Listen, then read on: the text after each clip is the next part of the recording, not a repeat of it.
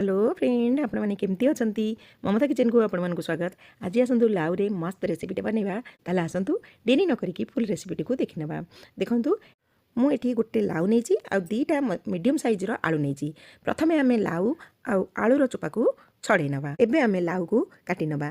आपण माने काटला बेले देखिबे जदी लाउ भितरे किछि मंजी थिबो ताले ताको काढिबे, जदी मंजी नथिबो ताले सेमती आपण माने काटी नेबे। एबे लाउ को आमे टिके बड़ बड़ साइज करिके काटी नबा। देखंतु एई टाइप रो आमे सब लाउ को काटी नबा। लाउ जेमती काटिछे आलू मध्य सेई टाइप रो काटी नबा। एही रेसिपी को मु प्रेशर कुकर रे बनेबी। प्रेशर कुकर रे बनैले तरकारी शीघ्र बनि जिवो आ बहुत टेस्टी मध्य लागिवो। करेई रे बनैले टिके डेरी हबो। देखंतु एपटे हमर कुकर गरम हे गेलानी, सेतिरे 2 बड़ चमच सोरिष तेल पकेबा। तेल गरम हे गेले अध चमच जीरा और अध चमच सोरिष पकेकी फुटण को फुटिया पई छाडी दबा। फुटण फुटी गेला परे सेतिरे 2-3टा कच्चा लंका को चुन चुन करी काटिकी पकेबा आ 2टा पियाज को चुन चुन करी काटिकी पकेबा। तापरे गोटे टमाटो को एटा मीडियम साइज रो टमाटो ताकू चुन चुन करी काटिकी मध्य ताधरे ऐड करी नबा। पियाज और टमाटो अल्प टिके ब्राउन कलर हबा जाई आमे फ्राई करी नबा। देखंतु पियाज और टमाटो हमर टिके ब्राउन कलर हे गलानी। एबे आमे ताधरे अदा रसुण रो पेस्ट ऐड करिबा। एठी गोटे बड़ चमच अदा रसुण रो पेस्ट मु नेची, ताकू भलो भाबरे मिक्स करी नबा। गोटे minute medium to low flame रे आगो अदा रसुण को टिके कसी नबा। देखो अदा रसुण आमर कषिबार गोटे मिनिट हो गलानी। तापरे आमे सेथिरे अध कप पानी दबा।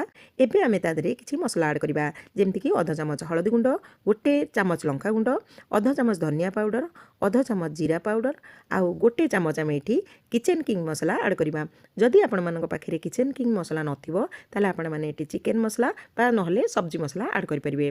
तापरे पुन टिके पानी देकी मसला रु तेल अलगा हबा जाई आमे मसला को कसी नबा। देखंतु मसला कषिबार प्राय 2 मिनिट ऊपर हो गलानी। मसला रे हमर तेल अलगा हो गलानी। एबे आमे तादरे जो लाउ आ आलू काटी रखिले ताकू पकेबा। तापरे सेतिरे स्वाद अनुसार लुण पकेबा। मीडियम टू लो फ्लेम रे प्रथमे मसला परिबा को कसी नबा।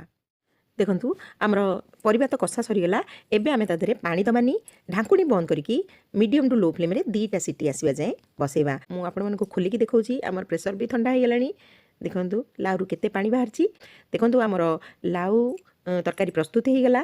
देखंतु केते यमी देखाउची, बढ़िया बास्ना भी होउची। एबे तरकारी के आउ टिके टेस्टी बनिया पई मु एठी किछि धनिया पत्र ऐड करची। तापरे आउ टिके अधिक टेस्टी बनिया पई एठी गोटे पिंच आमे एठी गरम मसला गुंड ऐड करिबा।